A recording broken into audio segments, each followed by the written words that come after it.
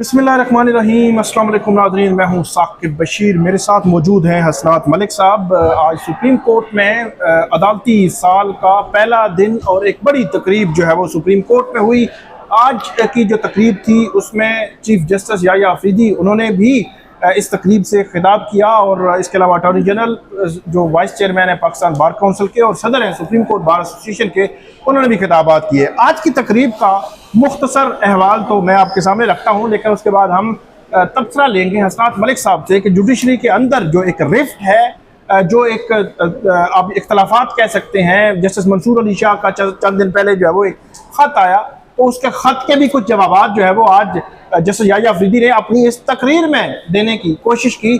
आज की तकरीर का जो मुख्तसर अहवाल है, सबसे पहले अटॉर्नी जनरल जो है उन्होंने बात की, सारी बातें उन्होंने मुख्तलिफ की, लेकिन एक जो नई बात थी वो ये थी कि अदालतों को जो पॉलिटिकल मामलात हैं, सियासी मामलात में, उनमें नहीं उलझना चाहिए। उसकी वजह से पेंडेंसी बहुत ज़्यादा हो जाती है। फिर पाकिस्तान बार काउंसिल है, उसके जो वाइस चेयरमैन थे उन्होंने बहुत सारी बातें की, उनकी दोहराने की ज़रूरत नहीं है। उन्होंने कहा जी फैसले कानून के मुताबिक होने चाहिए, किसी मकबूल नारे की बुनियाद पर नहीं होने चाहिए। और उन्होंने भी उर्दू में तकरीर की, और उर्दू में वैसे तो कानून कहते हैं, तो उन्होंने कानून को कानून पढ़ा। Vice chairman Pakistan bar council, तो वहाँ बैठे हुए जो वकला थे वो एक दूसरे का मुंह देखते रह गए। सुप्रीम कोर्ट बार एसोसिएशन के सदर आए तो उन्होंने आईनी बेंच की जो कारकर्दगी है उस पर सवाल उठाया। उन्होंने कहा कि आईनी बेंच के आने के बाद ज़ेरे इल्तवा केसेस में मुसलसल इजाफा परेशान कौन है। ये सुप्रीम कोर्ट बार एसोसिएशन के सदर ने ये बात की है। असल में साकिब बशीर ये चाहते हैं आईनी अदालत अपने जज। आप इसके ये पीछे बड़े अरसे से एक नैरेटिव बन रहा है कि आईनी बेंच नाकाम हो चुका है, यही जज आईनी अदालत में प्रमोट हो, इसी तरह फैसले करें और हमारे जज नए आए, तो आईनी अदालत का ये एजेंडा है। आप समझ नहीं रहे। हाँ, तो आगे चलकर सुप्रीम कोर्ट बार एसोसिएशन और आईनी बेंच भी खुश होगा ये बात करके। आईनी बेंच के वहाँ पे जो करता धरता है वो मौजूद थे आज की तकरीब में।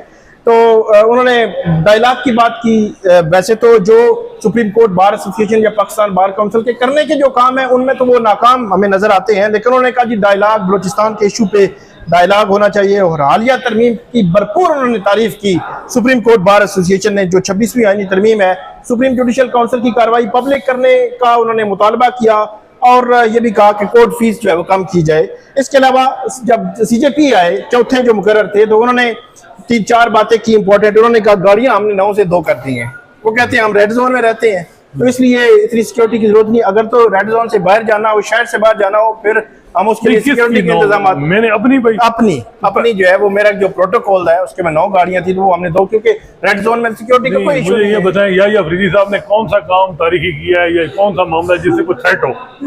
ये भी है। उन्हें कहीं से भी मेरा ख्याल है नहीं है। वो माशाल्लाह वैसे भी घूमते फिरते रहे, उसके बाद उन्होंने बात की प्रोटोकॉल, वैसे वो मेरा ख्याल है उनकी तबीयत, वो कहते हैं प्रोटोकॉल नहीं है। चाइना, उन्होंने चाइना की बात की, टर्की की बात की, फिर अजरबैजान। उन्होंने कहा जी बांग्लादेश, उनके चीफ जस्टिस से हमें मिले हैं, तो उन्होंने कहा जी यहाँ चाइना मॉडल वैसे आ रहा है, सुना है कि चाइना मॉडल जुडिशरी में राइज होने की इत्तलात है। अच्छा, ये बड़े अरसे से एक काम जारी था कि चाइना मॉडल आज बहुत तारीफ की उन्होंने कहा हम चीफ जस्टिस ऑफ चाइना से मिले, तो उन्होंने कहा जी 5 साल का हमारा उनके साथ वायदा। उन्होंने कहा जो मर्जी आप चाहें तो हम आपके देने के लिए तैयार हैं। हमने 40 जुडिशियल ऑफिसर वहां पे सालाना भेजा। देखें, चाइना मॉडल ये है कि एग्जीक्यूटिव की कोई पॉलिसी है उस पे अदलिया एंडोर्स करे, खामोश रहे, किसी को मर्जी कोई जो जाती किसी के इंडिविजुअल राइट है उनकी तरफ ना देखे। अच्छा, स्टेट के राइट्स को प्रोटेक्ट करे, ये चाइना मॉडल है। और चाइना मॉडल ही अब तकरीबन आप कह सकते हैं नाफजुल अमल है। अब उसके बाद चीफ जस्टिस साहब कहते हैं कि जो जबरी गुमशुदगियों के हवाले से हमने बड़ा ज़बरदस्त दिन आप बैठे हैं हमने, और जो एडवोकेट जनरल्स हैं उन्होंने, और जो चीफ जस्टिस हैं हाई कोर्ट्स के, उन्होंने यकीन दहानी कराई है अटॉर्नी जनरल ने क्या इस पे जी जो स्टेट है, जो एग्जीक्यूटिव है, वो एक मैकेनिज्म बना रही है कि ऐसे लोगों को जब जो है वो उठाया जाए या गिरफ्तार किया जाए तो उनको पेश किया जाए।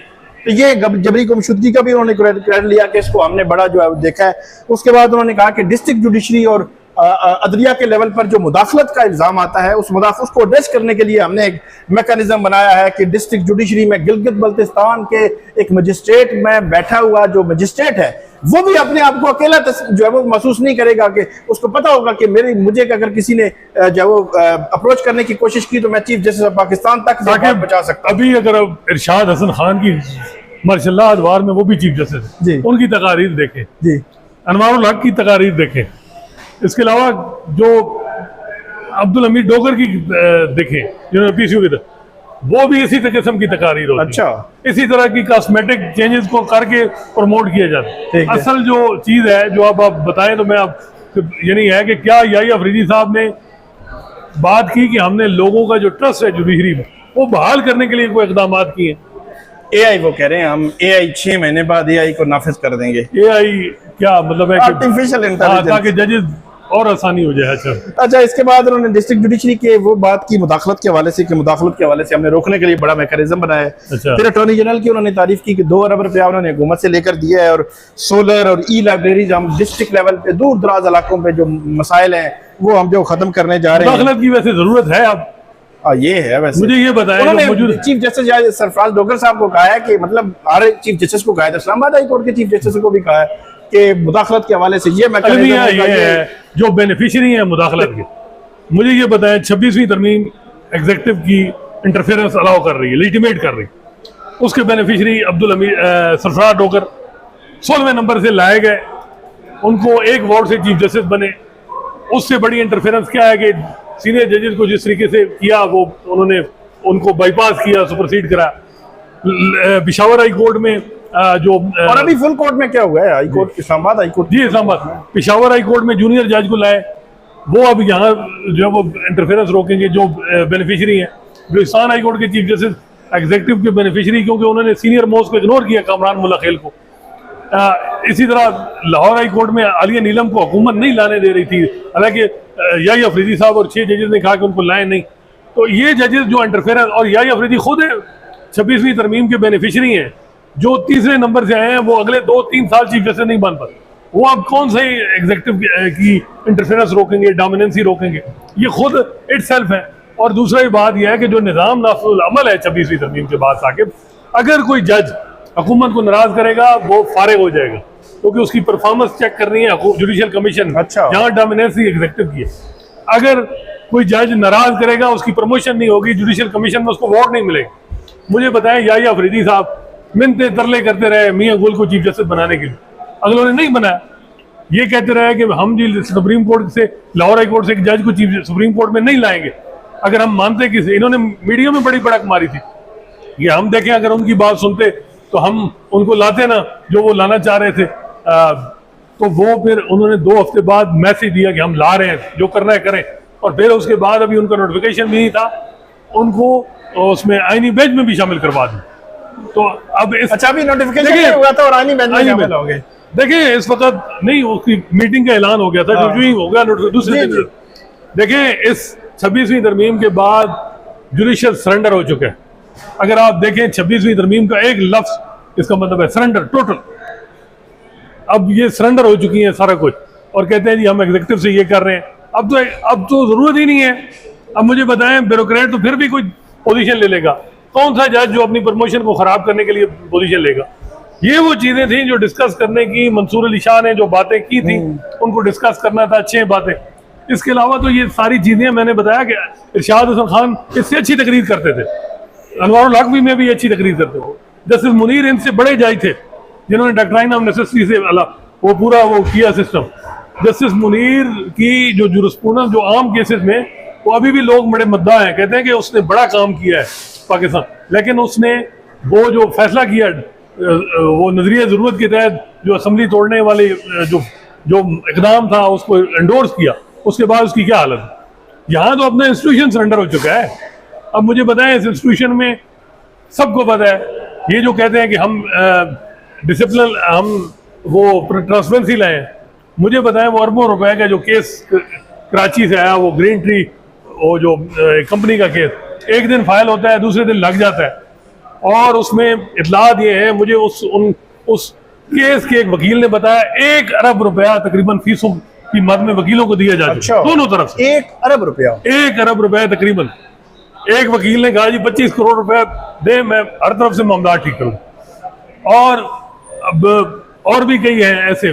दूसरी तरफ से भी उसमें 6 सुप्रीम कोर्ट बार के साबिक सदर अंगेज हो चुके हैं। अच्छा, ये ट्रांसपेरेंसी है, खाक ट्रांसपेरेंसी। और जिस तरीके से उस बेंच को, उस केस को लगाया गया, जैसे शायद बिलाल और Aamir Farooq, who is known as procedure जज, जिन्होंने आईनी बेंच की हमायत की, अभी 18 तारीख 18 जुलाई को खिताब हो रहा है और 3 को प्रेस रिलीज जारी हो रही है। 18 जुलाई को तकरीब हुई, 3 सितंबर को प्रेस रिलीज जारी हुई। देखें, 26वीं तरमीम जब तक डिसाइड नहीं होती, लेजिटिमेसी इज अंडर क्वेश्चन है। या अफरीदी साहब बेशक चीफ जस्टिस बने, अब्दुल हमीद डोगर भी चीफ जस्टिस बन गए थे, इसके अलावा और भी।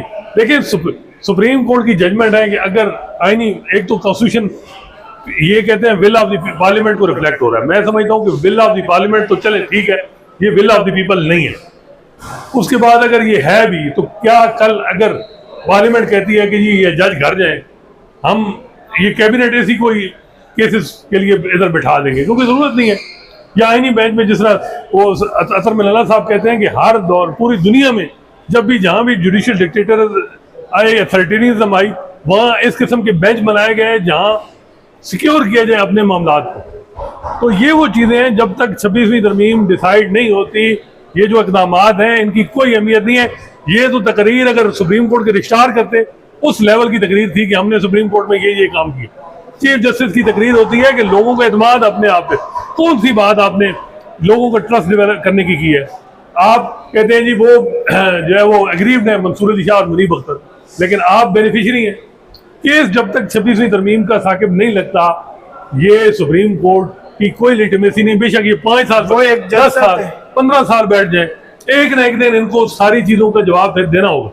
जज साहब थे जैसे जमाल खान मंदोखेल, उनसे पूछा गया कि कब तक लगा रहे हैं ये केस 26वीं आईनी तरमीम का, तो उन्होंने कहा हमारी कोशिश है कि जल्दी लग जाए। कोशिश, वो आईनी बेंच की कमेटी के मेंबर है, लेकिन मोहम्मद अली मजहर जो नेक्स्ट उम्मीदवार बनाए, नेक्स्ट चीफ जस्टिस, और उसके बाद जो है अमीनुद्दीन खान साहब, उनको वो कन्विंस कर पाए। अब मुझे पता चला है कि बड़े अरसे से जमाल मंदोखेल कह रहे हैं कि आईनी बेंच के जो जजेस हैं वो बैठ के रूल्स बनाए, उस पे मीटिंग नहीं बुलाती। वो अमीनुद्दीन खान कहते हैं कि वर्ड में लिखा हुआ है, हम मेरी डिस्क्रिप्शन है, मैं जिसको लाऊं आईनी बेंच में जिसको ना करूं। हाँ, उन्होंने कहा कि कोई जरूरत नहीं। अब मोहम्मद अली मजहर नहीं है, उन्होंने उस दिन ओपन हेयरिंग में कहा कि मे का वर्ड है। तो ये लेजिटिमेसी का हाल है। अगर आइन में लिखा हुआ है कि आपने प्रैक्टिस एंड प्रोसीजर, वैसे उनकी भी तकरीर अगर हो जाती, टीवी चैनल पे चल जाती, तो पता चलता। सही बात है, दुनिया को पता चलता पाकिस्तान में कैसा आईनी निजाम, यानी आईनी बेंच जो है वो काम कर रहा है। और फिर हम जो याई अफरीदी साहब कहते हैं जी मैं transparency, practice and procedure act के बाद जो कमेटी जिस तरह वर्क कर रही है, उसके बाद क्या ट्रांसपेरेंसी है? मंसूर अली शाह के बकौल कोई मीटिंग नहीं होती, रोस्टर जारी किया जाता है, जूनियर जजेस को 3-3 रुकनी बेंच, सीनियर को 2-2 रुकनी बेंच। इसका जवाब आज मैं तो आज बड़ा था कि 3 दिन इनको मिल गए हैं, मंसूर अली शाह इनको 3 दिन। ये जितने सवाल उन्होंने उठाए, इनका जवाब आज याई अफरीदी साहब पब्लिक में रखेंगे। उन्होंने एक चीज की कि जी सुप्रीम कोर्ट रूल्स मैंने सर्कुलेट किए। भाई, आप जजेस को इकट्ठा बिठाने में क्या मजबूरी है? वजह यह है कि मंसूर अली शाह और मुनीब अख्तर, इनकी रीजन लॉजिक इतनी है कि ये मेजॉरिटी को मे भी कन्विंस ना कर ले, तो ये सर्कुलेशन करके साथ खुद जाके 2-3 लुकमे दे के, जिस तरह इन्होंने प्रैक्टिस एंड प्रोसीजर एक्ट का केस में कमेटी का फैसला नहीं माना, जिस तरीके से 26वीं तरमीम का केस इन्होंने नहीं लगाया और जजों से एक सीक्रेट पोल करवा लिए, उसके बाद आप मुझे बताएं साकिब, कौन सी ट्रांसपेरेंसी रह गई है, कौन सी लेजिटिमेसी रह गई है? ये वो सारी चीजें, ठीक है सिस्टम चल रहा है, 27 लाख रुपए तनख्वाह होगा, सिर्फ सारा कोई निज़ाम, क्योंकि इस वक्त हुकूमत एग्जेक्टिव को चाहिए वो जज जो उनके मामलात, उनकी पॉलिसी को ना छेड़े। ये वो कर रहे हैं याई अफरीदी साहब। इस वजह से मेरा ख्याल है कि कोई परेशानी नहीं है हुकूमत को और इनको भी। बाकी ये तकरीर बेशक ना करें, खुद ही अपने आप को एम्बेरस करते हैं। अच्छा, इसमें जो याई अफरीदी साहब ने जो सर्कुलेशन वाली आपकी बात की, उसमें क्योंकि जस्टिस मंसूर अली शाह ने ये सवाल उठाया था, तो इन्होंने कहा जी 50 साल के बाद एक जो है वो डॉक्यूमेंट, उसमें तब्दीली हम करने जा रहे थे, तो ये कहा गया जी सर्कुलेशन के जरिए क्यों आपने मंजूरी करवाई है? तो उन्होंने कहा 50 साल के बाद हम करने जा रहे थे, तो इसमें हम देना चाह रहे थे कि भेज दें और वो देख लें। और साकिब आपको पता है सुप्रीम कोर्ट में हर किस्म के जज, कुछ जज होते हैं जिनको अटेंशन बतानी पड़ती है कि ये खामियां, अगर ये मीटिंग 5 दिन लगातार छुट्टियों में रहती, फुल कोर्ट ये रूल आकर 50 साल बाद कर रहे थे, 3 दिन 4 दिन लगातार मीटिंग चलती रहती, क्या आ रही थी? आप एक गोल अचीव करना चाह रहे थे, लेकिन उसमें भी ट्रांसपेरेंसी नहीं रखी आप। 3 दिन मीटिंग रखते, हर एक के तफज़ात दूर होते, फिर बात थी। लेकिन मसला ये है हसनात मलिक साहब इस्लामाबाद हाई कोर्ट में भी देखें प्रैक्टिस एंड प्रोसीजर रूल्स मंजूर हुए 6 पॉइंट से, उन्होंने कहा जरूरत नहीं है ये मुतफिका शिका की जरूरत ही नहीं है, 6 5 वोट पूरे हैं तो बस बात खत्म। कोई देखिए 26वीं तरमीम के बाद रीजन लॉजिक नहीं है।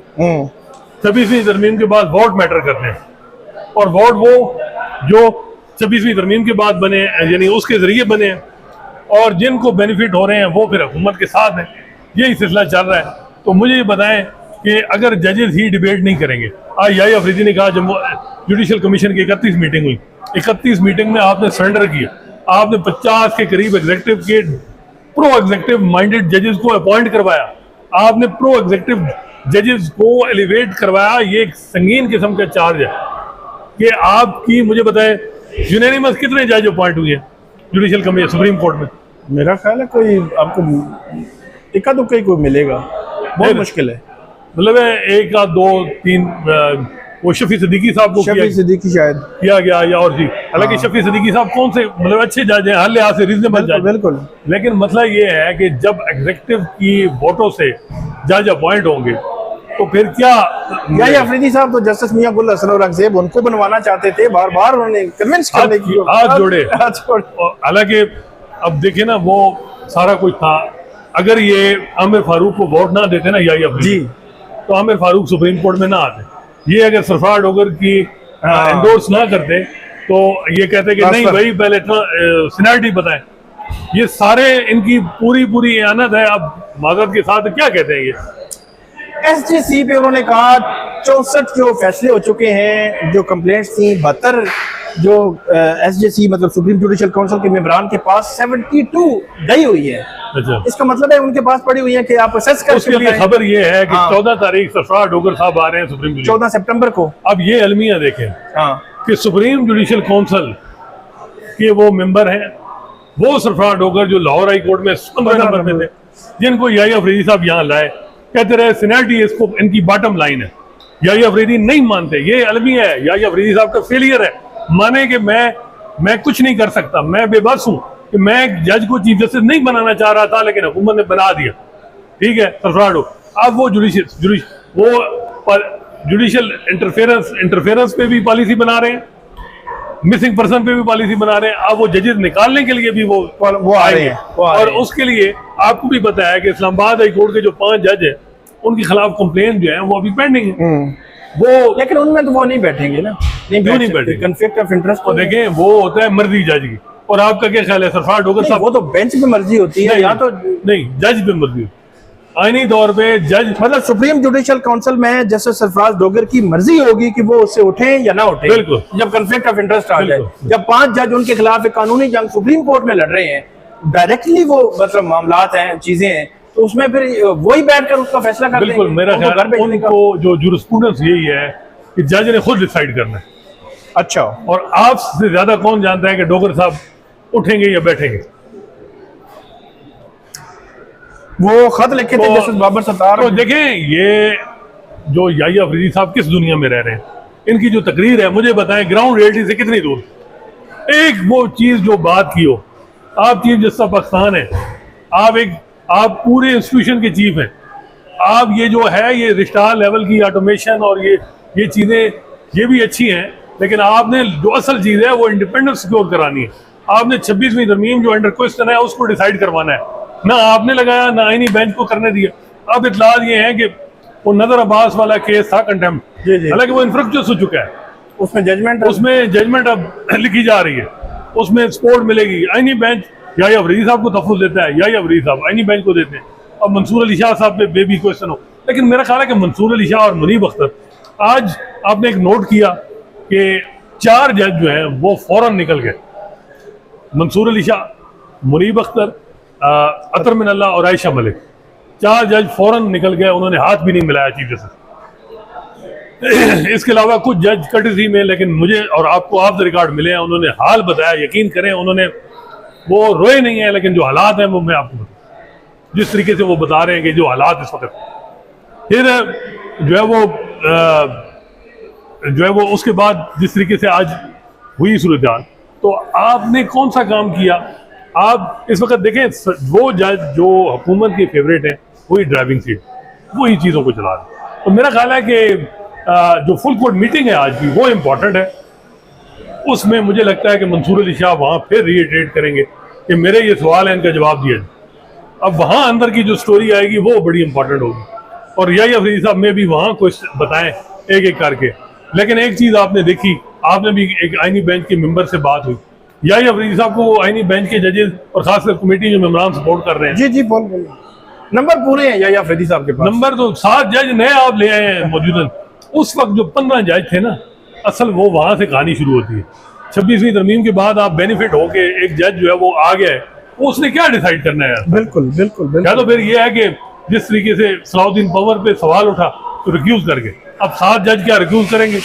जिन्होंने रिजर्व सीट केस में रिक्यूज नहीं किया वो अब करेंगे। अब करेंगे बिल्कुल। तो मेरा ख्याल है कि जो चीज़ें हैं वो ये है कि आपकी लिजिमेसी पहले अपनी करें, उसके लिए चाहे आप खुद ही ठप्पे लगा दें, आईनी बेंच के सामने रख दें, लेकिन 26वीं तरमीम क्यों नहीं डिसाइड हो रही? क्या 27वीं का वेट किया जा रहा है?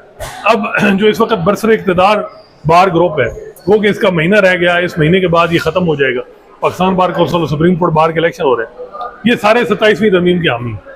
मेरा ख्याल है कि अगर 27वीं तरमीम पहले आ जाती है, बार वाले कहते हैं, वकील कहते हैं कि इसको लेट होने दें, लेकिन जो जिन्होंने लानी है उनको बारों के इलेक्शन से क्या है? वो कहेंगे फॉर्म 47 यहाँ भी बन जाएगा। मतलब कोई ऐसा परेशान क्यों होते हैं? लेकिन अगर दूसरा ग्रुप, प्रोफेशनल ग्रुप बरसर इक़्तिदार आता है, फिर जजों के लिए, हुकूमत के लिए कोई परेशानी नहीं, जजों के लिए जज जो है ना, वो जो मौजूदा जज है ना इस वक्त सुप्रीम कोर्ट में, उनको सबको पता है कि हम क्या कर रहे हैं और क्या हो रहा है। आज भी जो बातें ऑफ द रिकॉर्ड हुई हैं वो आईनी बेंच के जज कह रहे हैं, लेकिन मसला ये है कि वो चाहते हैं कि कोई उनको एक्सपोज ना करे मौजूदा हालात ऑफ द रिकॉर्ड, ये पब्लिकली ना। अब अतर मिनल्ला या मंसूर अली शाह ने जब सवाल उठाए, उसकी इस वजह से परेशानी है कि यार ये पब्लिक में बात करके हमें क्यों एक्सपोज करें। तो मेरा ख्याल है कि जो अब हालात बन रहे हैं, ये 26वीं तरमीम का केस जब 100% श्योर होगा कि हमारे हक में जाएगा तो तब लेकिन मुझे लग रहा है कि जो ये 4 जज हैं ना, खासकर मंसूर अली शाह और अतर मिनल्ला, ये कंफर्ट जोन से बाहर हैं। इन्होंने कोशिश करेंगे आवाज़ उठाएं जितनी इनकी आवाज़, और लेकिन आपको पता है कि उसका तकलीफ होती है। सोशल मीडिया पे जो रिएक्शन आता है इन 2 जजों के खिलाफ, वो रिफ्लेक्ट करता है कि कहीं ना कहीं प्रॉब्लम हो रही है, कहीं ना कहीं मसला हो रहा है। और ये मेरा ख्याल है कि आगे भी अतर मिनल्ला और ये करेंगे। और अतर मिनल्ला के हवाले से तो इतला दिए हैं कि वो को पहली दफ़ा किसी ने कहा कि जी वो बड़ी कंपेन चल रही है, तो एक वकील साहब ने कहा जी पहली दफ़ा तो नहीं हुई, 4th-5वीं दफ़ा तो हुई है, तो जितनी मर्जी करें, उनको इस चीज़ की नहीं है परवाह।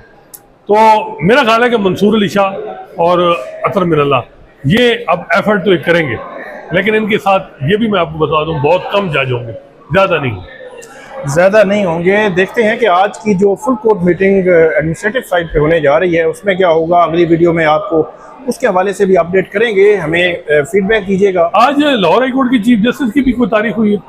जी जी, जो supreme court bar association, Pakistan bar council, vice chairman Pakistan bar council ने उनकी जो तारीफ की है काफ़ी, क्योंकि वो जो लाहौर हाई कोर्ट में जज लगे। अच्छा जी जी, काफ़ी तारीफ की है उन्होंने, और उन्होंने कहा है कि बाकी हाई कोर्ट्स को भी मुझे एक बात हो रही थी ना, उन्होंने कहा जी सुप्रीम कोर्ट बार आज एक तकरीर करवाई गई है एक जज साहब के, मुझे नहीं पता था कि क्या। अच्छा, तो ये तकरीर बहरहाल हुई है आलिया नीलम के हक में। आपको हम अपडेट करते रहेंगे, आप हमें फीडबैक दीजिएगा। अल्लाह हाफिज़।